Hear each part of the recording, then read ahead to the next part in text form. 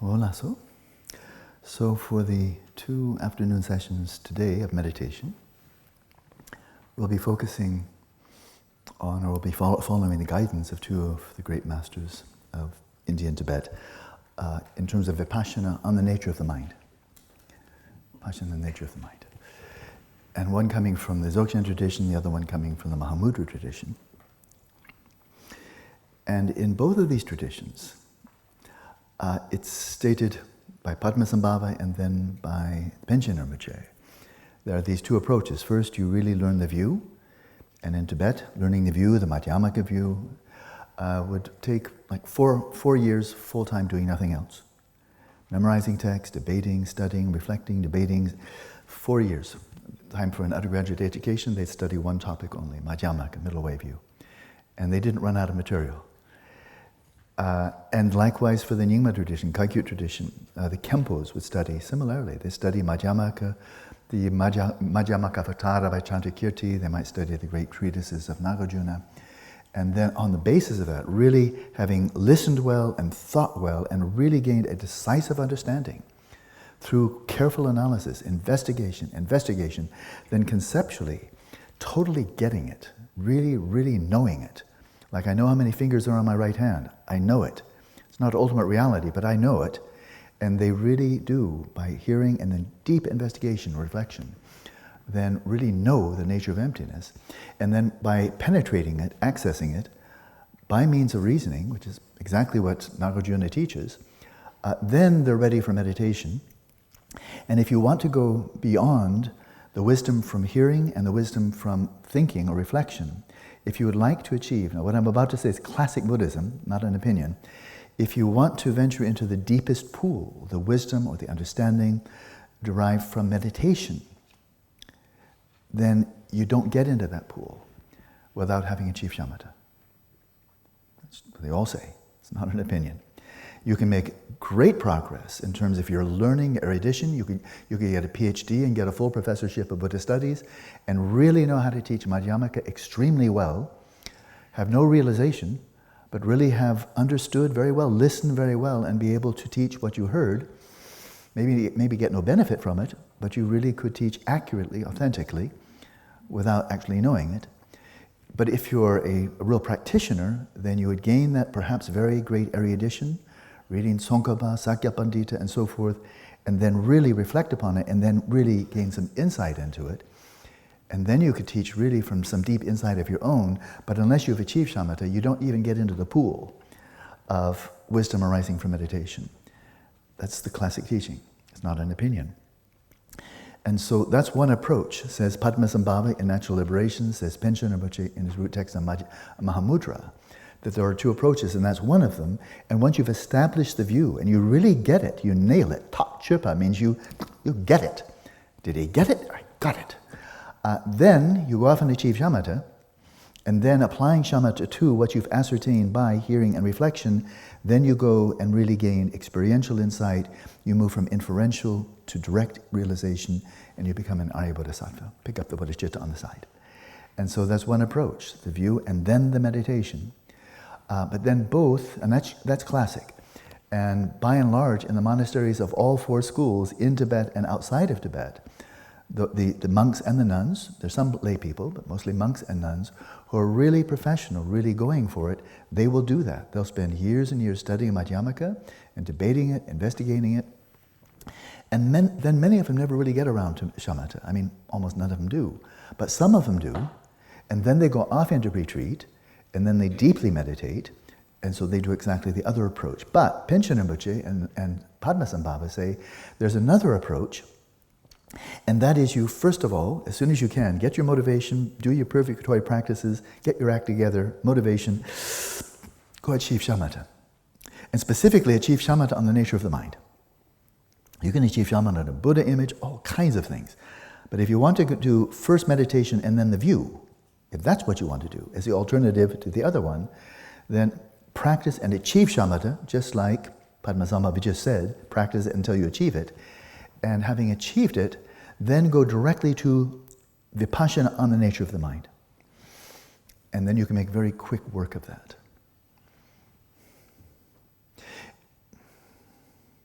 And you may be able to make very quick work, that is to gain experiential realization, even non-conceptual realization of the emptiness of inherent nature of your own mind. You may be able to do that very rapidly and with not very elegant, sophisticated, elaborate reasoning, investigation, and so forth, but just a few stiletto-like cuts that we're about to be introduced to that are not difficult to understand. But if you have a lock, just like we've seen in the movies, like a fighter pilot or like in a jet fighter, you see the enemy over there, and then you get a lock. Then all you have to do is push the button. We've all seen that, yeah? He's locked onto me. What do I do? Bail out of the cockpit because the missile's coming and it will strike. It's very much like that. When you get a lock on the mind, like I've got you, sucker. I've got you right in my sights. I know you, relatively speaking.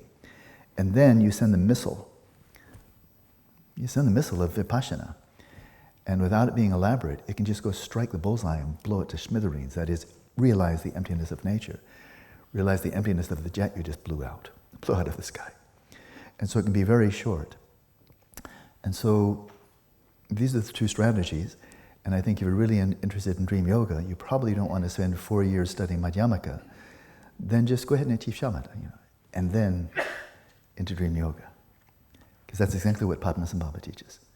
Do the preliminaries, then shamatha on the nature of mind, as we just saw. Vipassana on the nature of the mind, as we just saw. Then dream yoga, and knock yourself out. Okay? So let's follow, I think, little, if any, maybe a tiny bit of commentary from my side, but in the notes I will give you, pass on the oral transmission of this great Mahamudra master, a great Kagyupa master named Kachot Wangpo. As you can see, he lived mostly in the 14th century, a contemporary of Padmasambhava, and these are his pith instructions, and the instructions he gives in these 3 paragraphs have proven time and again, this is centuries ago, to be sufficient for people well prepared who have achieved shamatha on the nature of mind already, sufficient for them to realize the emptiness of the nature of the mind. So rather than enormously elaborate, the 60 reasons of Nagarjuna, the Mula Madhyamaka Karika, etc., without elaboration, just a few quick cuts. And just an image that comes to mind.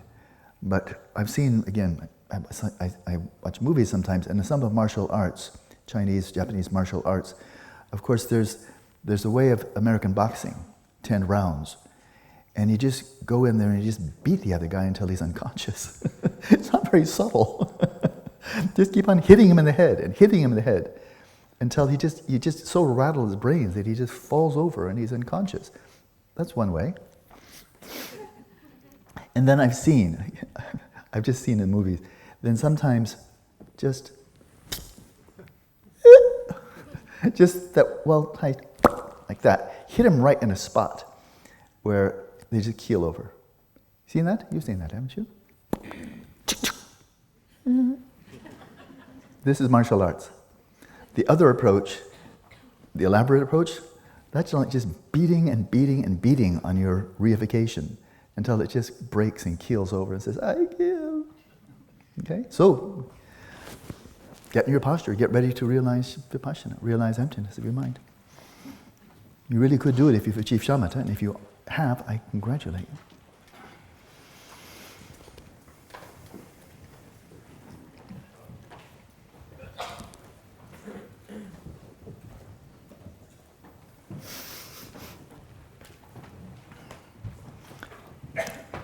I received this oral transmission and the commentary to it from my root of Dzogchen Lama, the Venerable Gyatso Rinpoche. Pretty sure it's published in a book called Spacious Path to Freedom.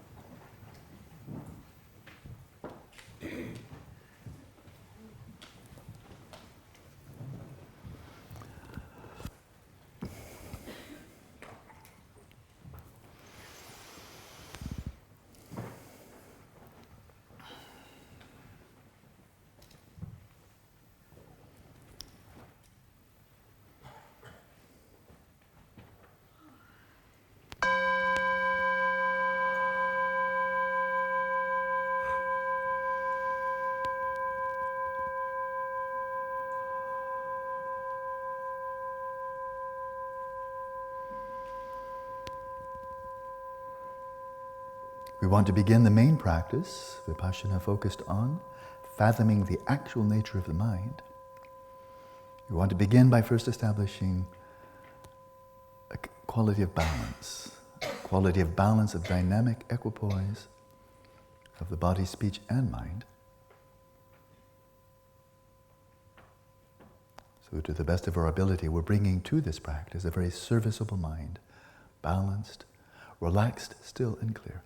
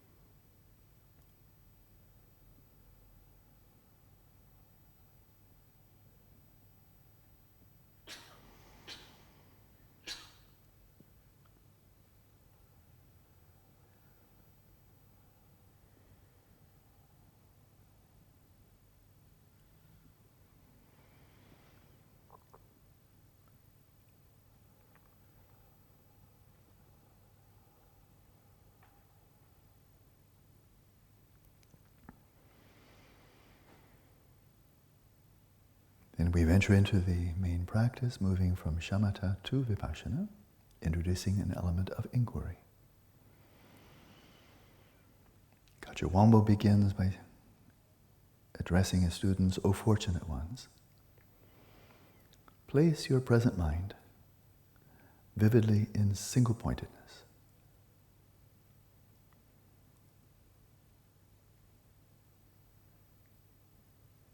Totally composed, unified, present.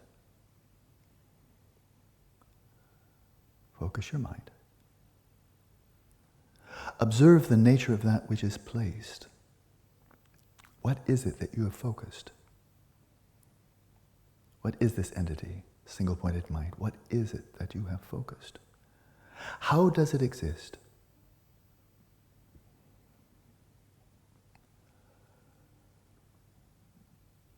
If you think it does not exist at all, who is it that apprehends its absence? So, commentary, so you focus your mind right in upon itself, relatively, conventionally. And the mind is very focused. But we're looking upon the mind that is focused, not on any object outside of that. And you examine closely, what is it exactly that you have focused, to which you give the name, the mind.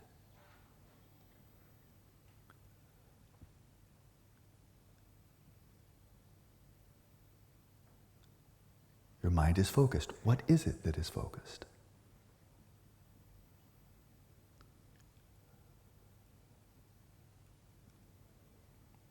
And if you think it does not exist at all, who is it that apprehends its absence? If you look and you don't see anything,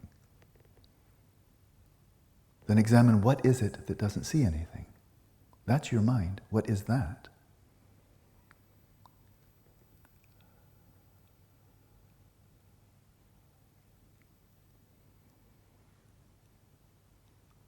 pith instructions. Is that a realization of your own mind or not? That is realizing its absence. Is that a genuine realization?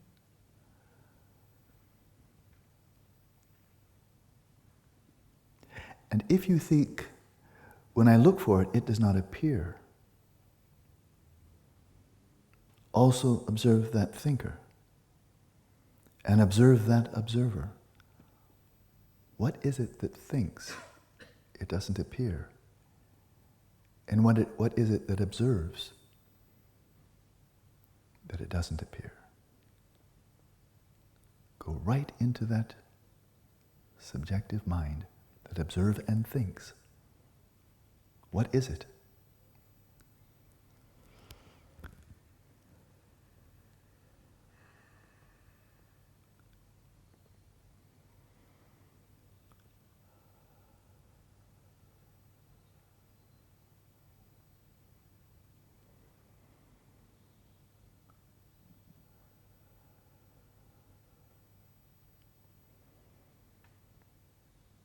Moreover, as in the case of a treasure hidden underground,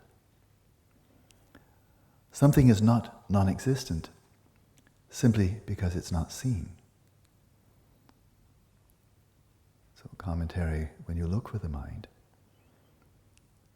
if you just don't see anything, nothing comes up, that doesn't mean it's not there. You just haven't seen it.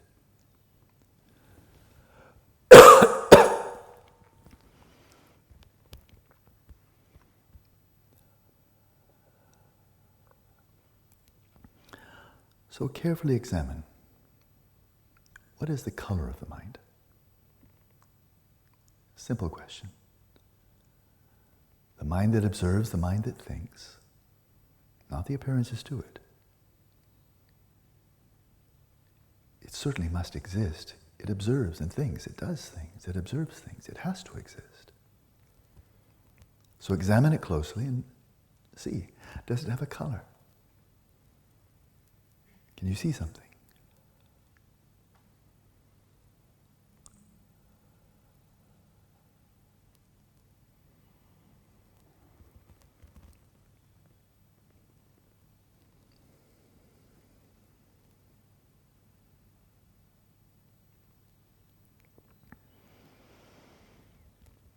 What is its shape?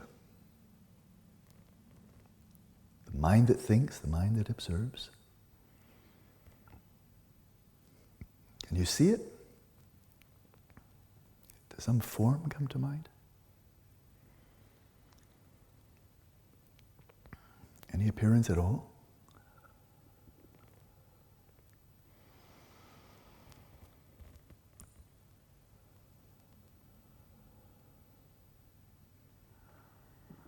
What is its nature?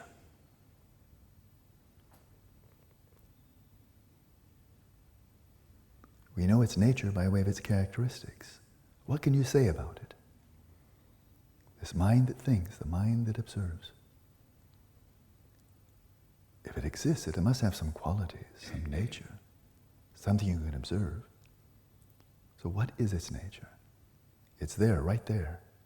Look closely at it and identify its nature.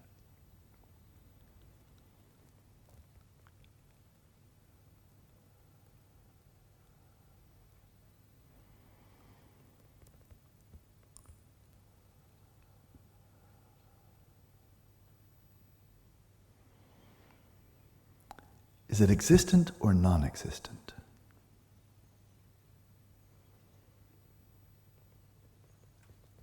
If the mind that observes and thinks is existent, it must have characteristics by which it can be known. Otherwise, the word existent doesn't mean anything. So is it existent? Does it have characteristics by which you can identify it? Examine closely.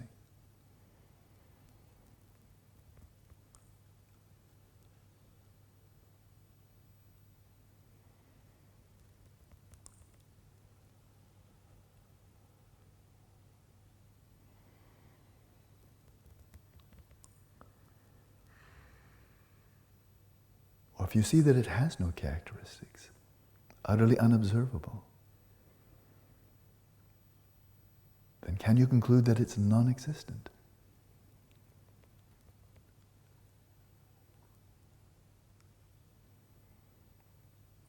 But again, if it's non-existent, what just drew that conclusion? What thinks that? What observes that is not there?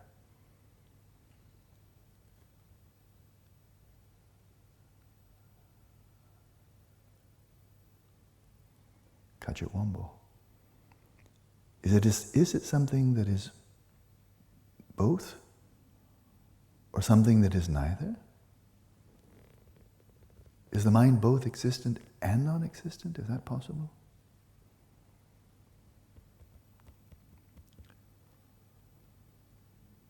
What does that mean? Or is it something that's neither existent nor non-existent? In which case, what does that mean?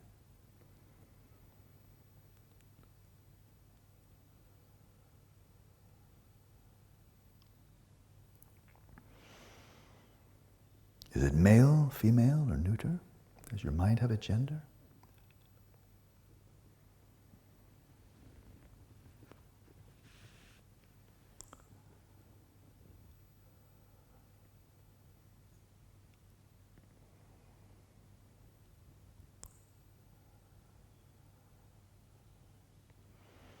If you do not recognize it when it is still, intentionally make it move and accurately observe the nature of that very movement. You can move your mind, direct your mind to this or that, to a memory, a fantasy, someplace distant, to an object, move it here and there. Set it into motion, set it in action, and observe what is it that's moving. What is it that is being directed here or there?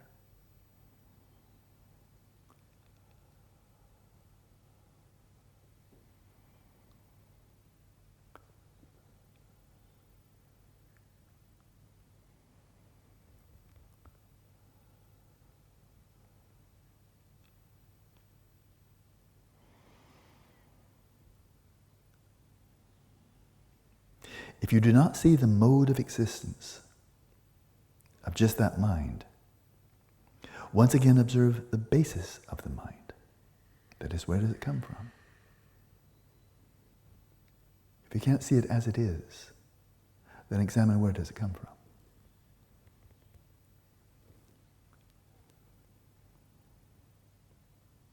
He continues with the question, does it internally arise in the body? Does your mind actually come from, emerge from your body? Nowadays, we'd ask, does it really emerge from your brain?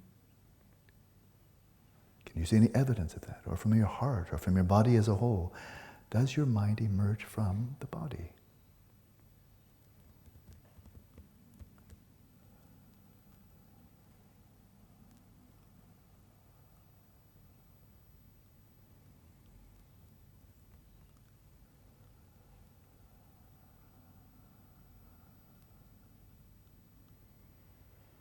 Does it internally arise in the body, or does it arise from some other external phenomena? Does your mind come in like a ghost and inhabit your body? Possess your body? Your mind is here now, it seems, but where did it come from?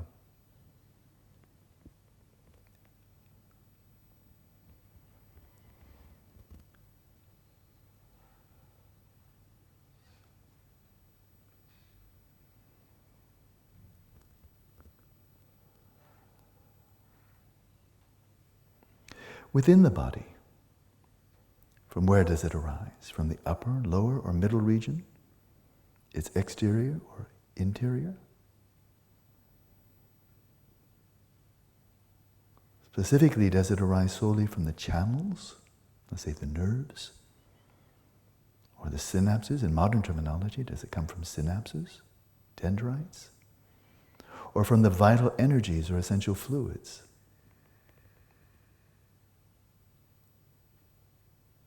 That's traditional Buddhist physiology. We might ask nowadays, does it come from the discharge of electricity? As a neutron emits electrical discharges by way of synapses. Is that where the mind comes from? Synapses? Electrical discharges?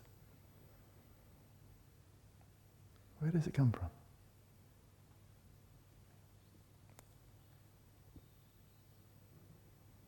Does it emerge out of the nervous system or out of some other aspect of the body, like the heart?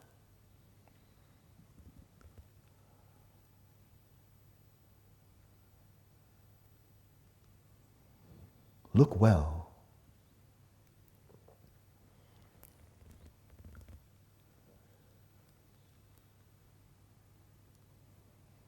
Does it arise from the external earth, water, fire, or air?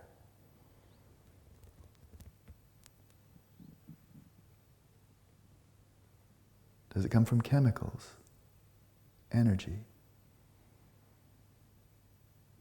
from the surrounding environment? Does it emerge from the inanimate environment? Is that where consciousness comes from?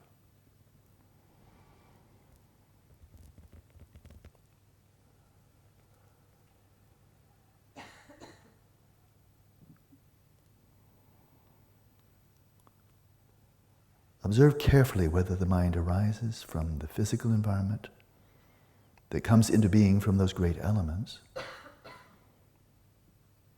or from men and women, or from animate and inanimate objects. Did your mind come from your dad, from your mom? Did they give you your mind?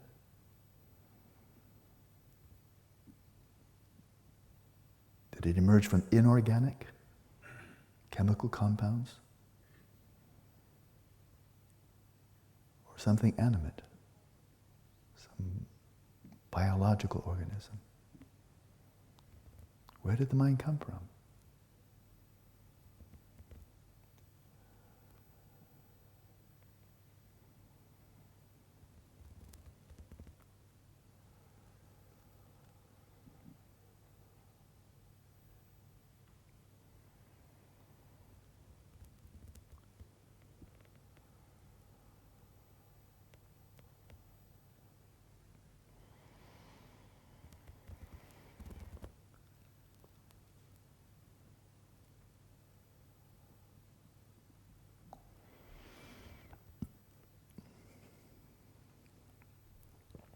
Likewise, truly seek out the basis of its sustenance and cessation, looking for this again and again. We look for its origins. Now, this is very classic Vipassana on the mind in both the Mahamudra and Dzogchen traditions. We first look for the origins.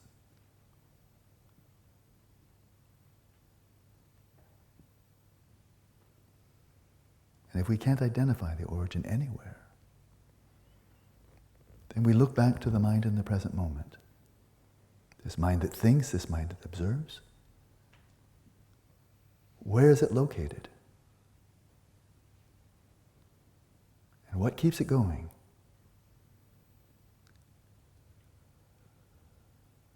But where is your mind?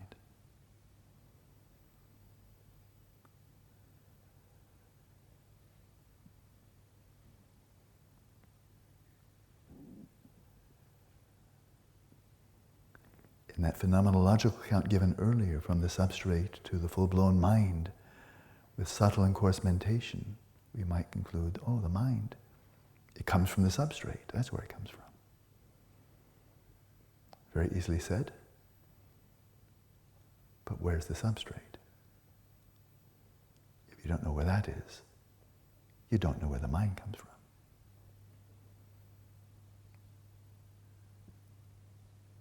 And if you don't know where the substrate is now, you don't know where the mind is now either. So where is it now?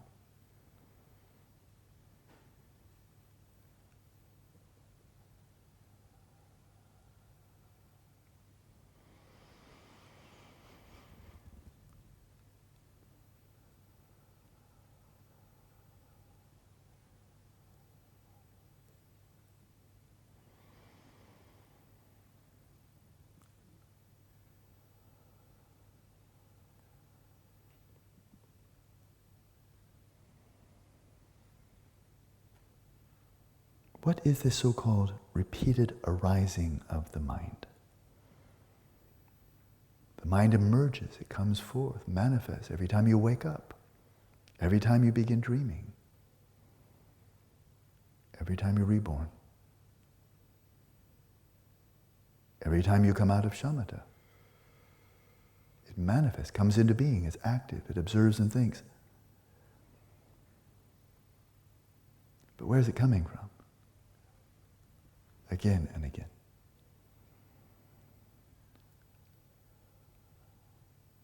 From what does it arise?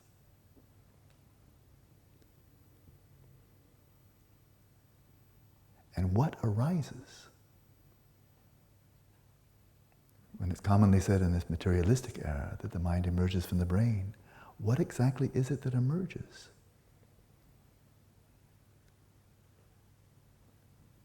Does it have physical attributes? Does it have a shape, a color, a mass, a density, a charge? What is it that emerges? This mind, this human mind of yours didn't always exist, and now it does. What is it that emerges and where did it come from?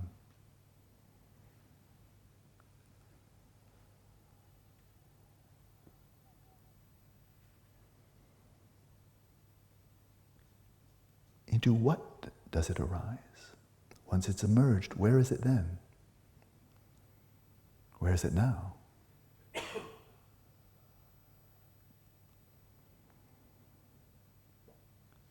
And likewise, decisively seek out how it is sustained, how it abides, and how it ceases. Sooner or later, this human mind of yours will no longer be. Every time you fall asleep, and so on, and when you die. So how does it cease? And where does it go?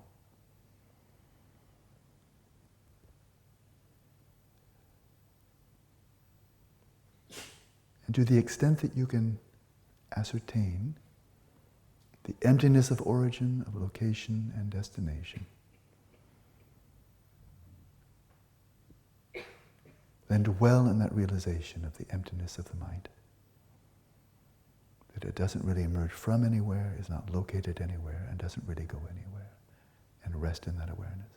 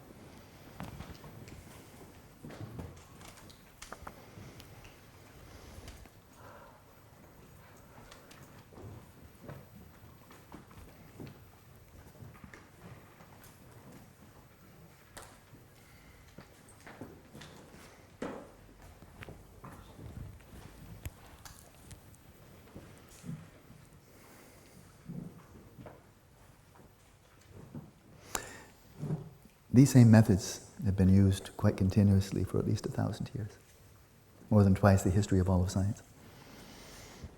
And they keep on teaching them. People keep on practicing them. So that's a very large database of people practicing this as professionals, full-time, 14, 16 hours a day. And they're making this claim, based upon an enormous amount of experience of their own and people who preceded them, that if you have really locked onto the mind, that is, you know what to look at, and you know about what you're posing questions, then it's said by the great Mahamudra masters, for example, it could be a matter of mere days of doing this, not months or years. But once you have a lock, and then you start shooting these torpedoes at it, or shooting your missiles at it, that you can actually see the emptiness of inherent nature of your mind very rapidly, very, very rapidly. On the other hand, if you don't have a lock on the mind, if it's still a word for which you're really not that certain about the referent, except for just linguistically, I know what the words mean, but what is the referent? If you're not really sure, then the image that comes to my mind is you're in your fighter jet and the enemy jet's over there, and you keep on not getting a lock, but you shoot the missile anyway. And the enemy just flies away. Thank you. Evasive, I think your mind was practicing evasive maneuvers when you're trying to actually penetrate it. Between the two, of realizing the unfindability of some physical universe out there in objective physical space and time, between really ascertaining, knowing the unfindability of that, or the emptiness of that, of objects, and knowing the unfindability, because that's what this is all about. Every question he asks, the answer is the same. Color, unfindable. Shape, unfindable. Attributes, unfindable. Non-existent, not findable. And it's just not findable all the way through. And he was pretty thorough there. Where did it come from? Where is it located? Where does it go? Is it existent? Is it non-existent? What's its nature? Does it have physical attributes? And so forth. And I mean, the conclusion really is the same, and it's very easy to memorize. You can say, I know, unfindable all the way through. May I check every box? And the answer is yes, and you've learned nothing at all. You just, it's like going to the koan book and reading all the right answers at the end of the book.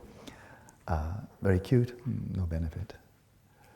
So between those two, it would seem quite evident that it's easier to realize the unfindability of any phenomena out there scientifically prior to and independent of the act of measurement, prior to and independent of any act of observation. What's out there really when nobody's looking and you have to take God off the table because they're not including him in the equations anymore.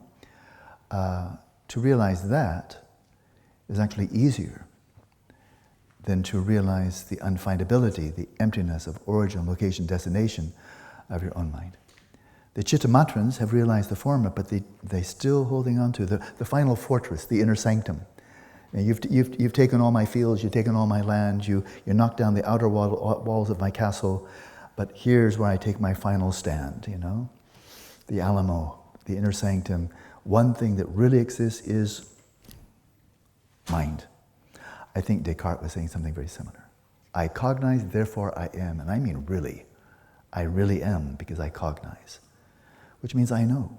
And he's equating himself with a mind that knows. In fact, he equated the mind with the soul. As a theologian, the mind is the soul. And he therefore identified himself with the soul. I don't have a soul like a piece of baggage. I am the soul. And that's why he said that animals are unconscious, which is really a weird thing to say. But he said they have no consciousness at all. They're mindless robots. They have no feelings. They look like it, but that's just, they're good actors. They're programmed to go, arr, arr, arr. They're just programmed. That's that question. They just look like they're conscious. They behave as if they're conscious, but they're not conscious. They have no feelings whatsoever. And a lot of nobody else is this crazy, but a lot of Europeans thought that for quite a long time after that animals have no consciousness at all. And that's what I was told when I was a kid about fish. I was told fish, you put a hook through them, reel them in, and bash them over the head with a rock. They don't feel a thing. Don't worry, Alan, they don't feel a thing. Until I was about 20 and I went fishing, I pulled in this fish and he was looking at me and I was looking at him. I think you feel something. Pulled out the hook and never fished again. They feel something. Now neuroscientists, they've grown up since then. They're just finding more and more along the animal spectrum. Yeah, they're conscious. But if you believe something, that consciousness is the soul, and only human beings have souls, animals don't have souls, therefore animals are not conscious. That was his reasoning. So that was a tangent.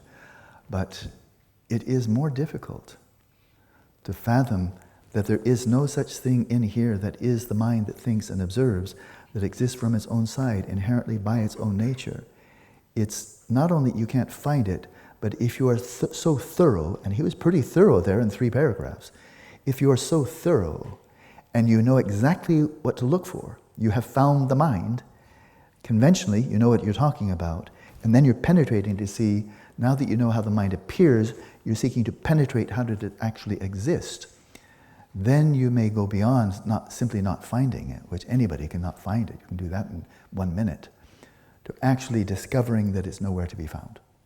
So we know this from Tsongkhapa, we know this from all the great Madhyamaka masters.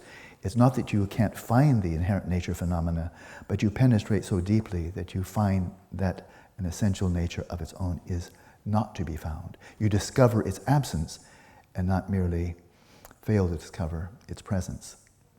That's a really crucial point. So, between the two then, ascertaining the emptiness of inherent nature of the external world is difficult. It took modern physics about 300 to 400 years to discover that. I mean, that's a lot of brilliance going into a lot of research and technology. But right through the 19th century, nobody questioned it. Nobody questioned it. Number one, they're mostly Christian. God created it, must be out there. But even when they're moving more secular, more into an atheist or deist mode, where God created things but then just step back and do anything, that by the time you get in the 20th century and now the 21st century, it's just getting worse. I mean, until just recently, at least space and time were out there. But now we see from one of the premier theoretical physicists on Earth, he says from multiple reasoning, each one of them totally compelling, there's no such thing as objective space-time. It's not there in the fabric of reality. Now you've lost the container. If you don't have space-time, you can't put anything in it.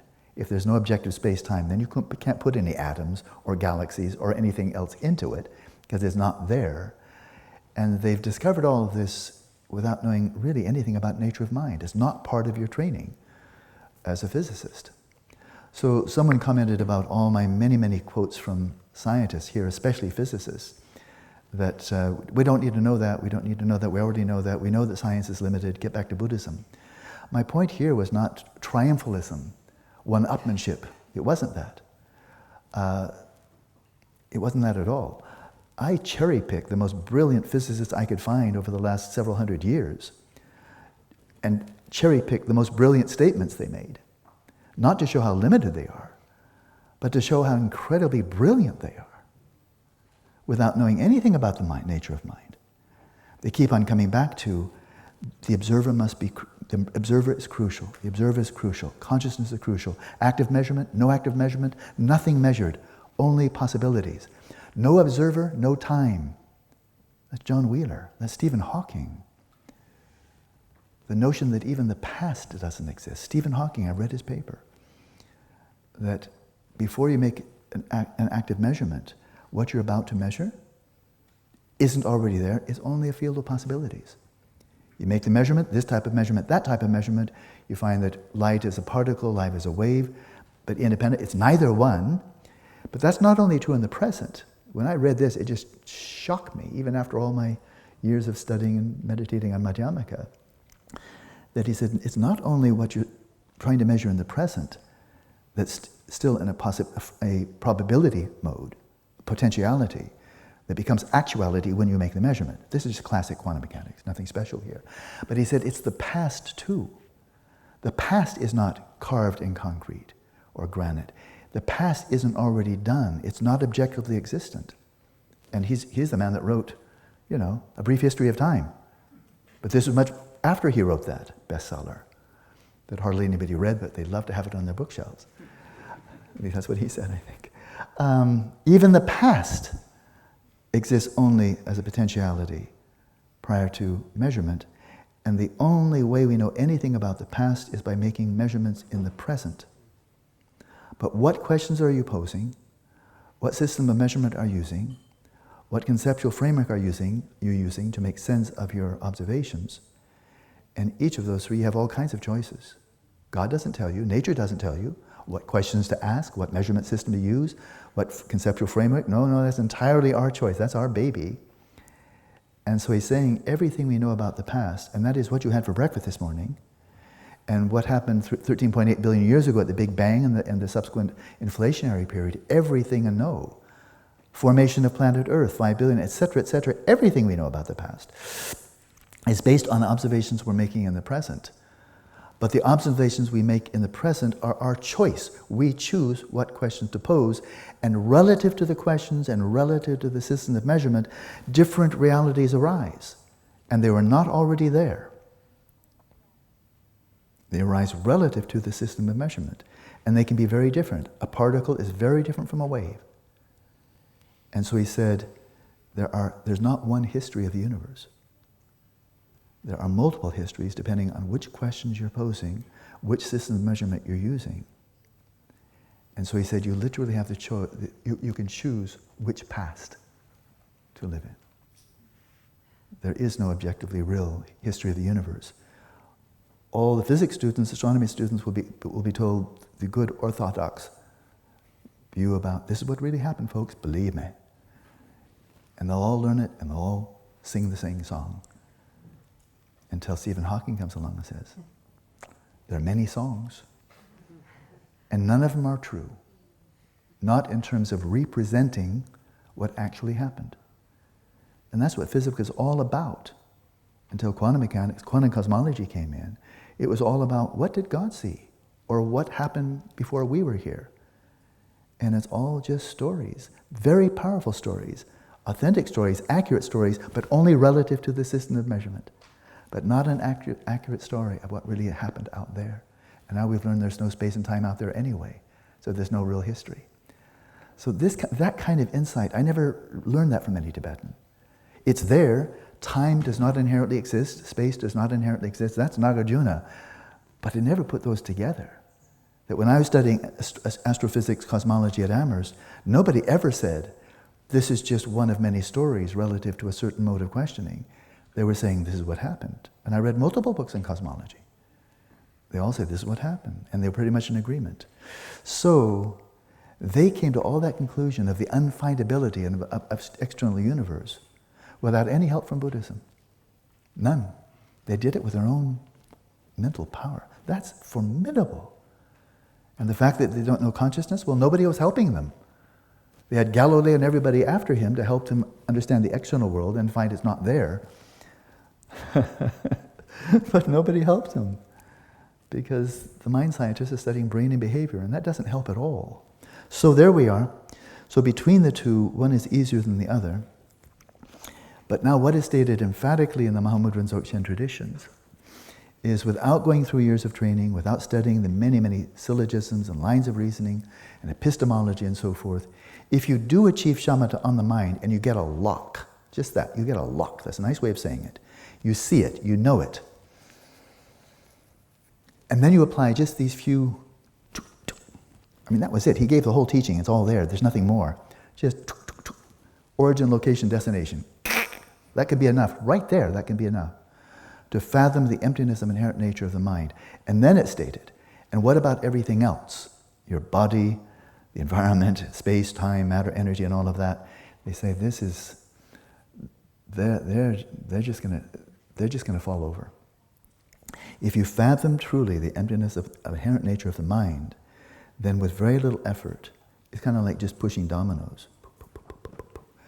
That when you turn to the objects of the mind, space, time, matter, energy, mountains, galaxies, elementary particles, atoms, waves, art, literature, you turn it anywhere. And if you know that the mind with which you're observing and posing questions, it itself is empty of inherent nature, then you know that which is observing is empty of inherent nature. You just see it. You just move right through it. And then very rapidly, you see the emptiness of all phenomena. From the inside out, it's a lot of work to achieve shamatha. But if you achieve that and then apply these, then you just mow down the field of reification. So there's just nothing standing. And then you're ready to receive pointing out instructions on Rigpa. So that's that. But now let's come back to the brilliance and I think is utterly brilliant. Going back to the more of the conceptual formulation, because brilliant minds, I mean brilliant like Kant and Einstein and Newton, I mean, why should we think that in 3,000 years of India, Tibet, Southeast Asia, East Asia, that they didn't have people as brilliant as our most brilliant Europeans? And how many do we know, by the way? We Europeans, what are the top 10 geniuses of Asia over the last 5,000 years? Go ahead and list, I'd love to know. Top 10, how about top 20? Because I know you can give 20 for the West. I mean, let's include Mozart and Michelangelo. You can come up with 20 names really quickly. What are the top 20 geniuses of all of Asia?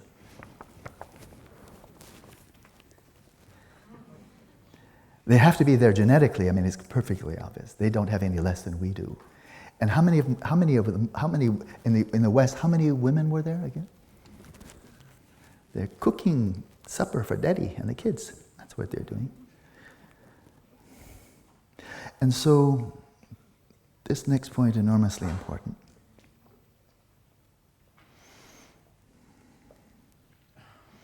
There's a lot that's important here. But let's just go here. In the Pali Canon, when it stated that actually all phenomena are empty of personal identity, your car, your house, anything you think you own, you don't really, and you're not there, and your body and your feelings, all 5 skandhas, you're not in there. You as a person, an individual, you're not in there, nowhere to be found.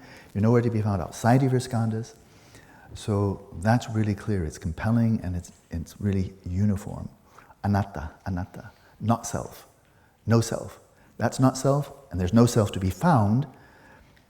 But again, it's just not the case that the Buddha said there's no self at all. You don't exist, I don't exist, she doesn't exist, that dog doesn't exist. He never said that. But I haven't seen, it's probably because I'm just not a very good scholar of the Theravada tradition, I haven't seen, okay, we know how we don't exist, but you didn't say we don't exist at all. You just said this is how we don't exist. As substantial and autonomous, someone in charge of, the CEO of the Body-Mind Incorporation. But how do we exist? Maybe it's there. I haven't seen it. But in Madhyamaka, Prasangika Madhyamaka, they bring in the same type of reasoning that Vajira, Bhikkhuni Vajira did, with respect to the chariot and herself. The chariot, what you have out there is a whole bunch of parts. And however they're assembled, if you put them upside or at a corner and you put them two wheels in the middle and one on the top and one on, however you assemble them, think of all the different ways you could assemble the parts of a chariot. And most of them won't go anywhere, right? But you put it in a certain way and put it down the wheels down, and then it actually can act as a chariot. But no one entity came in when you put them in the right places. They're just a bunch of parts still. So she commented that one thing over there, how many chariots are there? One, and what does it do? We always refer to it in the singular.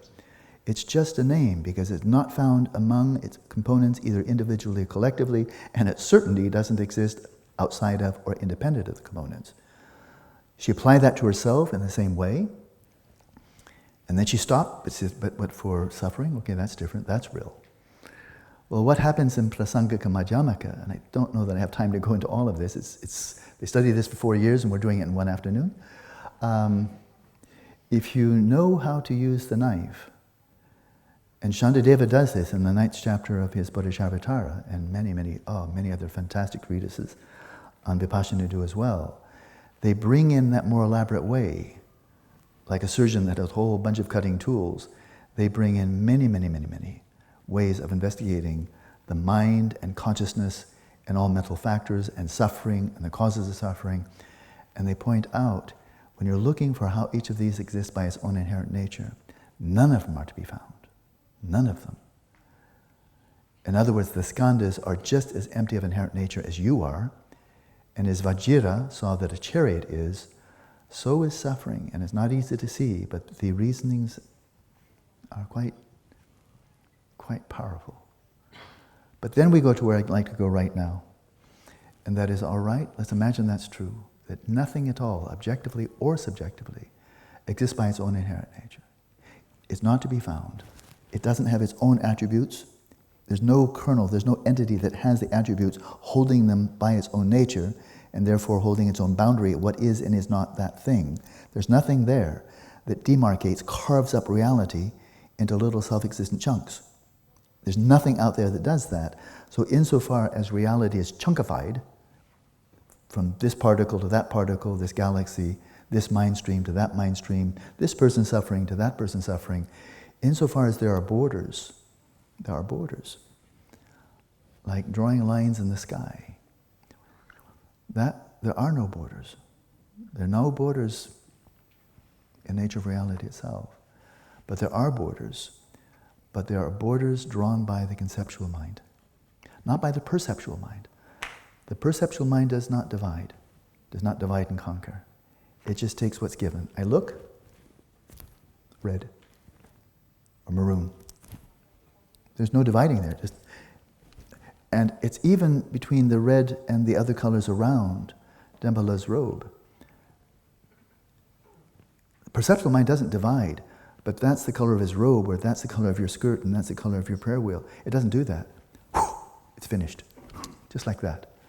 But the conceptual mind comes in. And then that's the one that brings in all the lines and all the borders. So this is why it said, in short, why nothing comes into existence without being imputed by the conceptual mind. By verbal designation, that's his robe, or that's his arm, or conceptual designation, just thinking, knowing, that's a robe, that's a shawl. And so how things don't exist, conceptually not too difficult to wrap our minds around, although it's quite mind-boggling. But then finally the question, all right, if that's how we don't exist, how do we exist? And not ultimately as Dharmakaya or something really majestic and transcendent, but just anything. How does a cup exist? How does John exist? How does mind exist? How does consciousness exist? We've just found how it's unfindable, but as with the atom, we're not refuting atoms. Kachut Wambo is also not saying, hey, there's no mind. In fact, he explicitly says it's not true that there's no mind, because what would conclude that there's no mind? And again, you're in that conundrum. And so how do things exist? Not ultimately, we're not going to bring that back in, but just how do they exist? And if they're only nominal, if they exist only by conceptual designation, how could they have any causal efficacy at all? If something comes into existence just because people conceptually designate it, or verbally designate it, how could it have any causal efficacy at all when it's not even there from its own side? And this is where the 10 analogies come in. They can be really, really helpful. It's not the same as emptiness, but it really is pointing in that direction. And my favorite one is the reflections in a mirror. So you look at it, you're standing 6 feet in front of the mirror, there's the mirror, and then the camera lens will tell you beyond a shadow of a doubt that the image you're looking at is 6 feet behind the mirror. There it is. And you can photograph it and so forth. So in a manner of speaking, in a very meaningful manner of speaking, I'm over here 6 feet in front of the mirror, and the reflection of me is over there 6 feet behind the mirror. And the fact that that's true in terms of optics and so forth is perfectly demonstrable. It is conventionally true. It's true. It's not on the surface. It is there, you can see it, but it's not on the surface, and it's not on this side, it's on the other side, just as far away from the mirror on the back side as you are on this side. So that's true. That has a truth to it. That's why if you focus the camera incorrectly, it won't be in focus. But then, of course, we know that if you walk behind the mirror, 6 feet, we know there's just not anything remotely like that reflection. At all. I mean, just nothing at all, of course. It could be a brick wall, a 6-foot brick wall. There's nothing there. So it appears, but it's not there. But what really interesting part is, it does appear and it's not there. It appears to be there, but it's not. And so only conventionally can we say there's a reflection 6 feet behind the mirror. It's only a manner of speaking. But nevertheless, does that reflection have causal efficacy? Does it influence anything? Sure. And did it arise independent upon causes and conditions? that reflection. Sure, there has to be a mirror. No mirror, no reflection. No mirror, no reflection. There's a reflection, they say, in the mirror, but it's actually behind the mirror. If there's no mirror, there's no reflection. But also, that reflection you see, that doesn't exist if nobody's looking. Maybe the mirror does. Many people would say, yeah, the mirror's there when nobody's looking. Leave it in your closet. There it is when you come back. It didn't vanish when you close the closet door. It was there all along. The mirror can be there when nobody's looking, but not the reflection. Any more than rainbows. Molecules in the air, water in the air, atmosphere and so forth, they're there when nobody's looking. But not rainbows. Nobody's looking, there's no rainbows. And you look at all 10 of those analogies and you see they're all pointing in the same direction. So they appear, but they're not there, but they do have causal efficacy. So then we ask, okay, how do things exist? On a relative level, which is where we live, and we're living in this world of this causal nexus, where there's suffering and the causes of suffering, cessation, and the path, where the laws of nature, really brilliant, mathematically precise laws of nature, and all these fields of science and so forth, as well as literature, art, music, and so on, in this world where we live, where it's just a whole field of causality, and where all the causes and effects are within the system, within nature, within loka, the lived world. And of course they do the sensible thing, not the ridiculous thing, of saying that in the whole of nature, it doesn't consist just of physical things. It consists of mental events and things that are neither mental nor physical.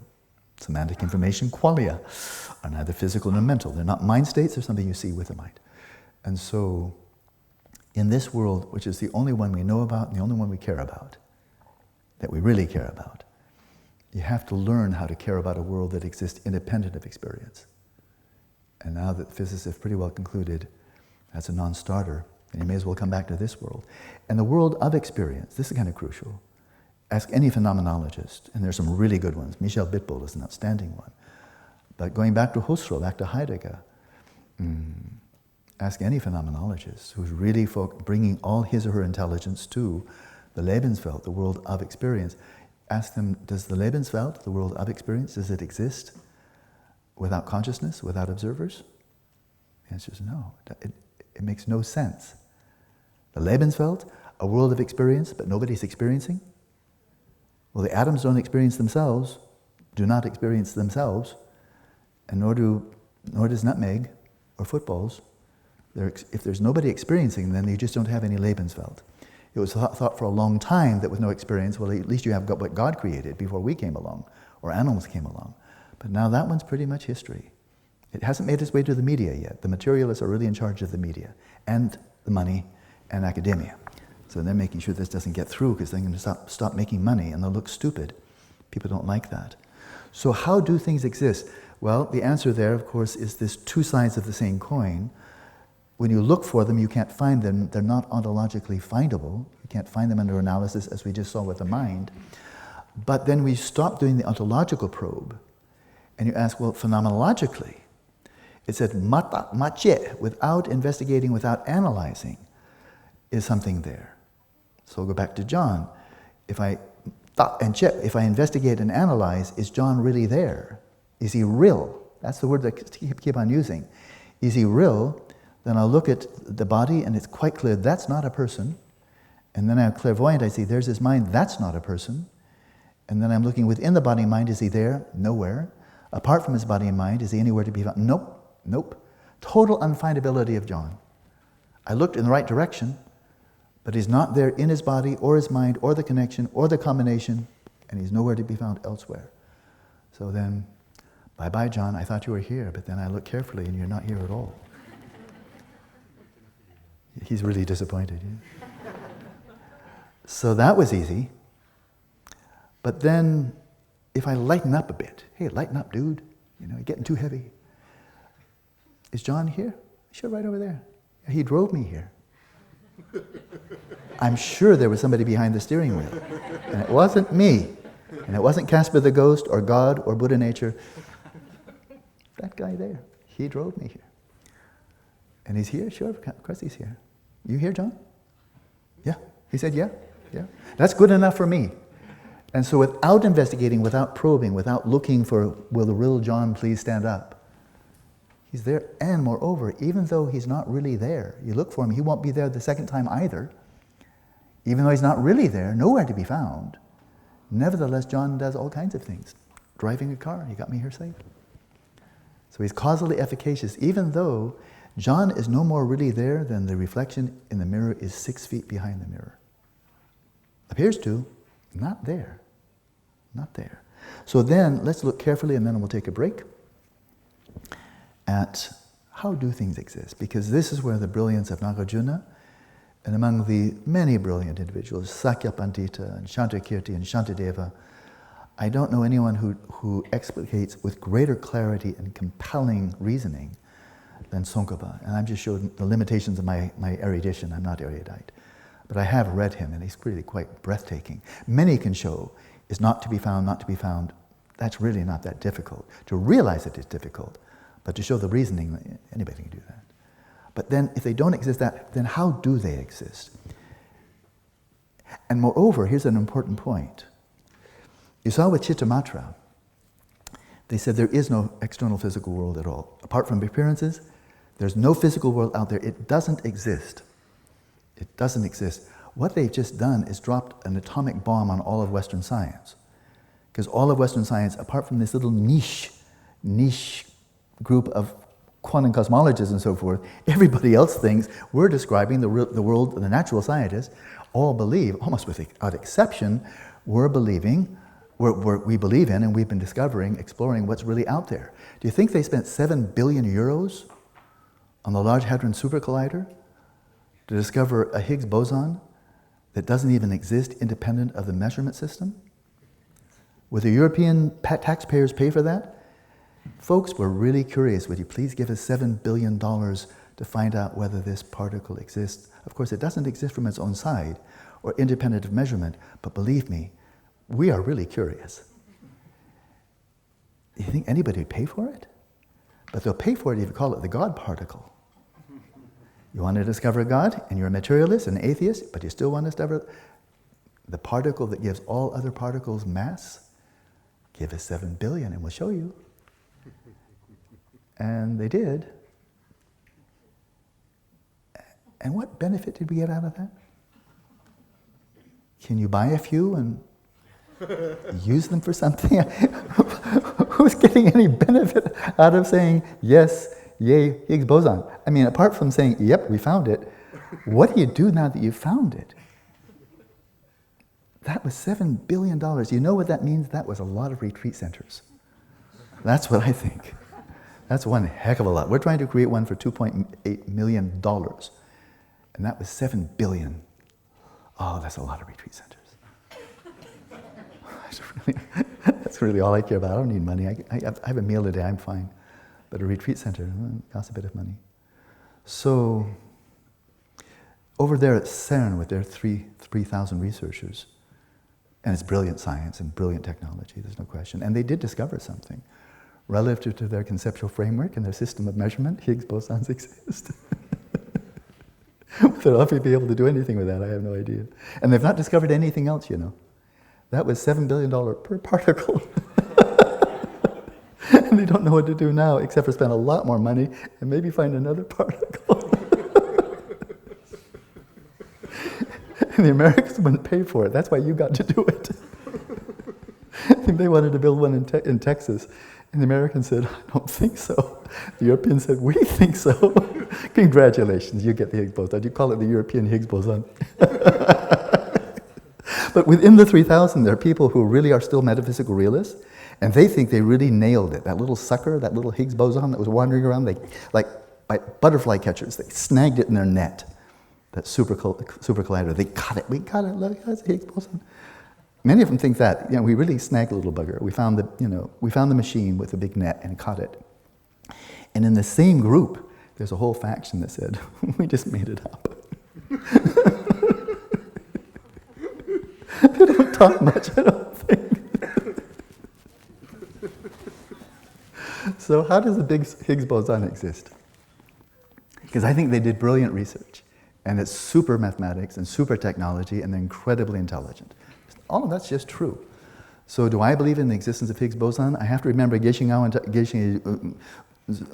Orgen Zetten said, we're not refuting atoms, so he's not refuting Higgs boson either. Out of the grave, I'd say, don't refute that, Alan. Why would I refute it? I don't know. So no, I'm a believer. Higgs boson, my hand goes up, yes. How does it exist? So let's stick with that one. The evidence is quite compelling. Not 100%. I checked with somebody who really knows. Not 100%, but beyond reasonable doubt. That's good enough. You can send people to jail for that. Sometimes they're innocent, but still, you can still send them to jail. If you don't doubt, you can send them to jail. And so, how does the Higgs boson exist? We apply Tsongkhapa Prasangika Madhyamaka to Higgs boson. Why not? Maybe nobody's done it before. It's a first. Okay, let's assume it does exist. Conventionally, evidence is in, came up with positive evidence, took a lot of work, but they've done it. How does the Higgs boson exist?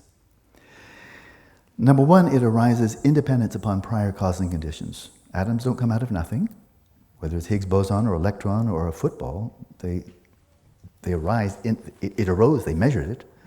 So it arises independent upon prior causing conditions. That's the nature of the natural world all over the place. Things don't come out of nothing. They don't turn into nothing. They do arise independent upon prior causing conditions. So that's one kind of dependence. Higgs boson is no exception. It didn't exist 14 billion years ago. Before the Big Bang, no Higgs bosons. Sometimes after the Big Bang, the first Higgs bosons came into existence, and they certainly didn't come out of nowhere, and they didn't happen for no reason at all. There's no magic here. So they arose independent upon natural causes and conditions. Okay, there's one. That's one type of dependence. When we say that all conditioned phenomena arise as dependently related events, that's my translation of Pratitya Samudpada. I think it's the closest. Dependently related events. It's not just a thing, the Higgs boson is an event that you can measure. It's not a little chunky little thing. Everybody agrees on that knows anything about it. And so that's the first one. Dependence upon prior causes and conditions. Check. And that's sequential. Had those prior causing conditions not come about, had there been no Big Bang, for example, then no Higgs boson. That's clear. And physics would agree with that all over the place. And generally, intelligent people say, yeah, things don't happen for no reason. So that's the first one. But the second one is more subtle. The first one's more scientific and empirical. You can observe it. And the second one's more philosophical. That doesn't mean superficial at all. It just means a bit more subtle. And that is the Higgs boson has attributes. We look for the attributes of the mind. You might have had a hard time. But the Higgs boson, you can find its attributes. They discovered the Higgs boson by way of its attributes.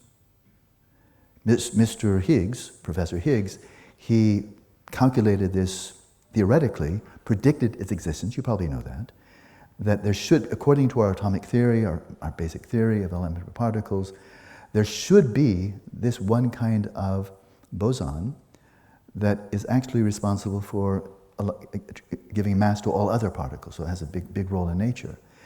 And this particle, he's postulating before they discovered it, would have this quality, this quality, this quality, and it's by way of those qualities that if it exists, you'll be able to identify it.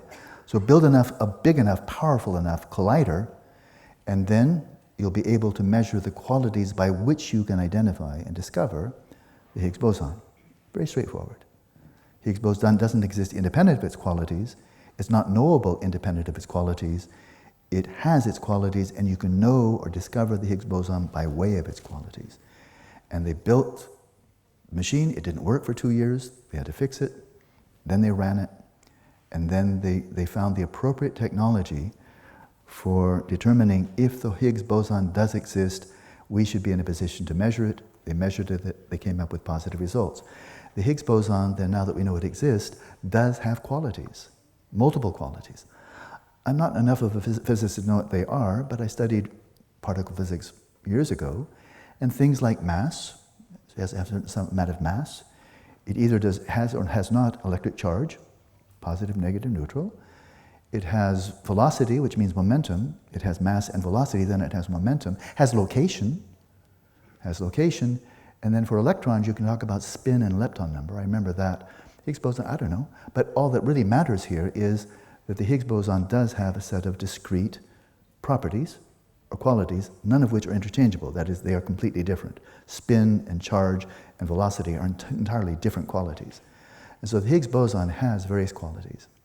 They've been identified, they've been measured, and by way of those qualities, they've determined the existence of the Higgs boson beyond reasonable doubt. And the Higgs boson has those qualities. This is just ordinary English, and everybody agrees it has those qualities by which it can be identified. This, in philosophical terminology, is called the mereological sum. Our planet, our solar system here, which is, we have one solar system, we have one solar system, we're one planet within one solar system, has a sun in the center, and then 9 or 8.5, depending on how you place Pluto, has these planets around it. It's one solar system and a sun, and then it has the planets around that, the asteroid belt, and so forth. And likewise, the Higgs boson has various qualities. But if you take this one solar system that has all the planets, and you just take out the sun, just the middle one, there's no solar system. And if you take out one planet, just pop them out, thought experiment, the solar system now has 8 planets, and pop another one, 7, 6, 5, 4, 3, 2, 1. Oh, only the sun and one planet, Mercury, is still hanging in there. That's a solar system. The solar system now has the sun and one planet. And you pop out the Mercury. Now the solar system is just the solar. But now take out the sun, and now the solar system doesn't have a sun or planets.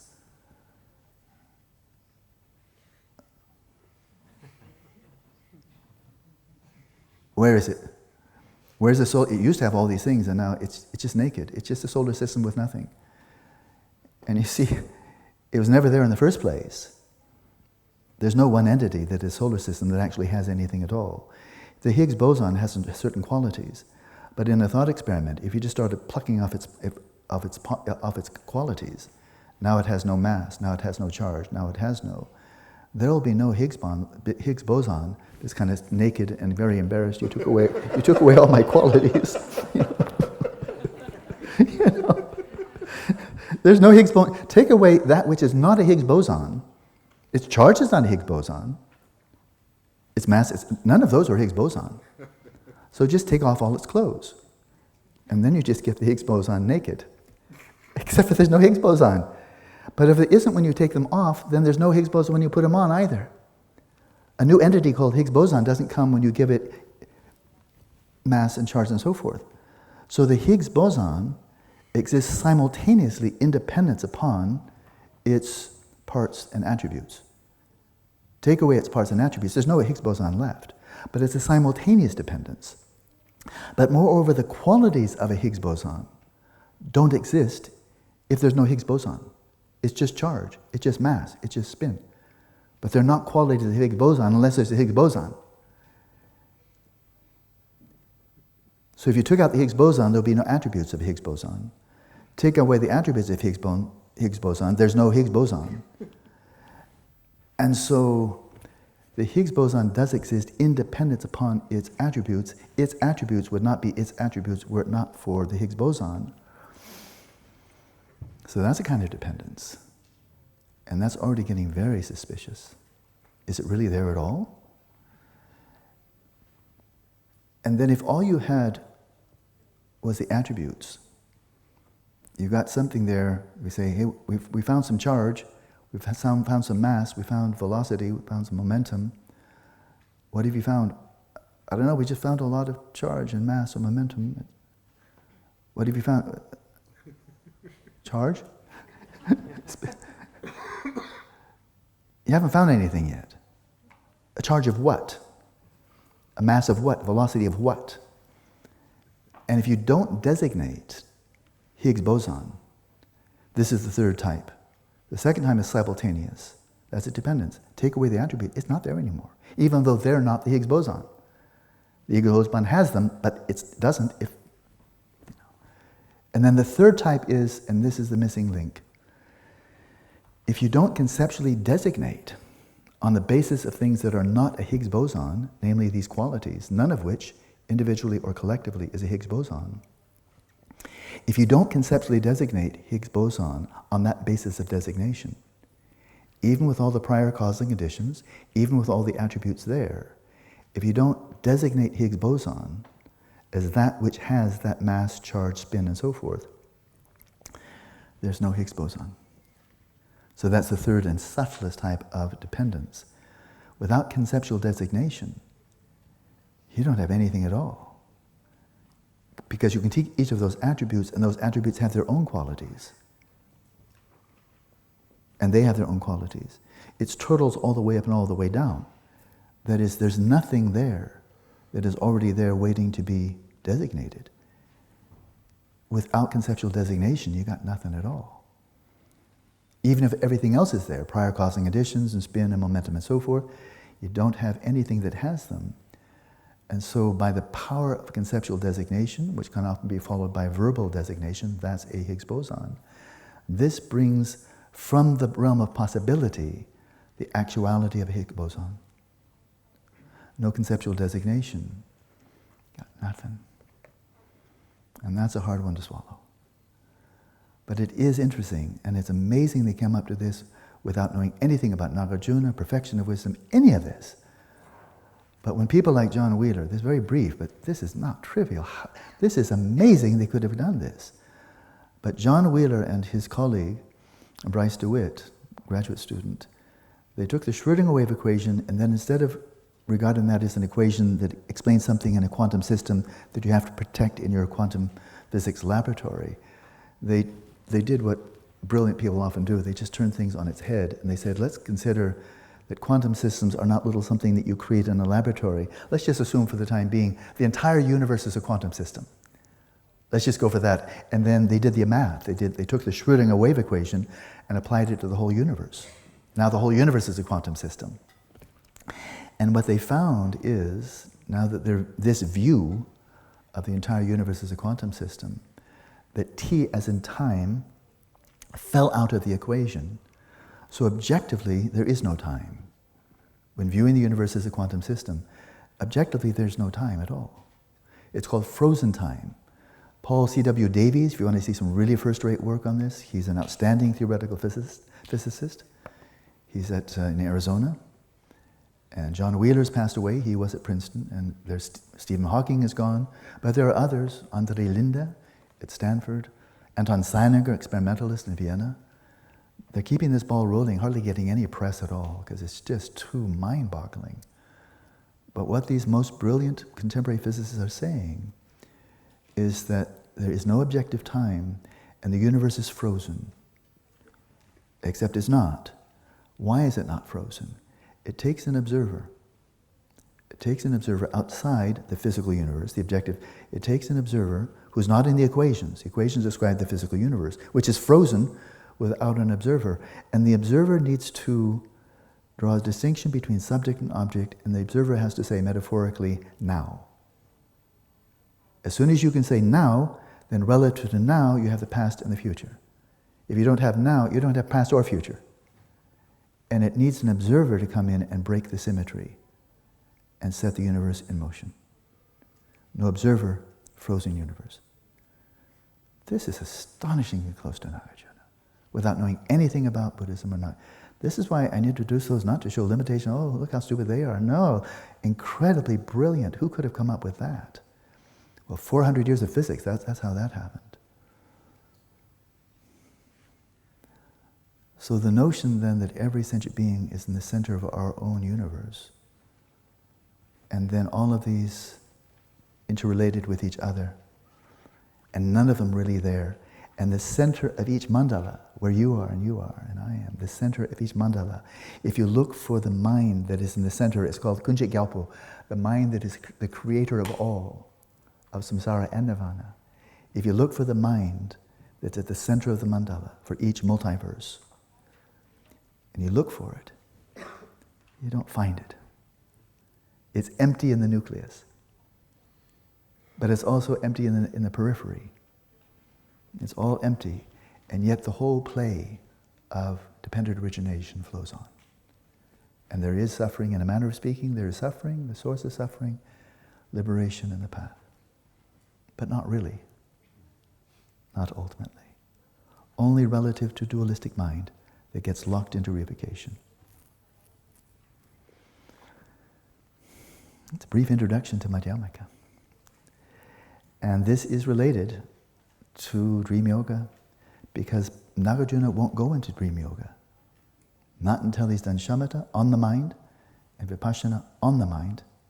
And then he said, now you're ready to play? And you make quick work of dream yoga.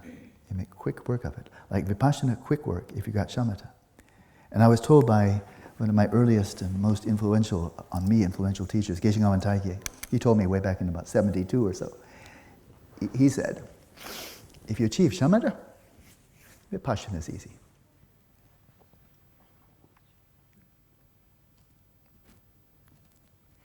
Well, it was quiet. So now it is 4 o'clock. Let's come back at 4:30. If you didn't get emptiness of the mind the first try, let's try it a second time. This time we're bringing in the heavy. We're bringing in Guru Rinpoche. And Guru Rinpoche, is going to guide you.